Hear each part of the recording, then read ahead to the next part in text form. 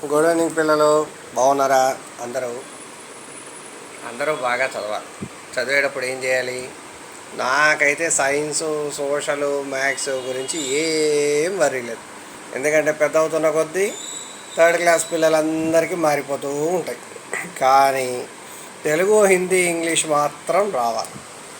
Telugu, Hindi, English మాత్రం రావాలి. అది చదవడం రావాలి, దాని తర్వాత రాయడం రావాలి. అది వచ్చిందనుకోండి, సైన్సు, సోషలు అన్నీ బాగా రాసేస్తారు, ఏ సబ్జెక్ట్ అయినా కానీ. అర్థమైందా? అందుకని concentrate on Telugu lessons, Hindi lessons, English lessons. ఆ లెసన్స్ అన్నీ కరెక్ట్గా చదవండి, కరెక్ట్గా రాయండి, కరెక్ట్గా ప్రిపేర్ అవ్వండి. దాని తర్వాత సైన్స్, సోషల్లో మెయిన్ హార్డ్ వర్డ్స్, కొత్త కొత్త వర్డ్స్ వస్తాయి కదా, అవి మాత్రమే నేర్చుకోండి. ఈజీగా రాసేస్తారు. నేను చెప్తున్నా కదా, ఈజీ అంటే ఈజీ, వెరీ ఈజీ. అర్థమైందా? అందుకని మీరు ప్రతిరోజు తెలుగు, హిందీ, ఇంగ్లీష్ సబ్జెక్టులు ఖచ్చితంగా చదవండి.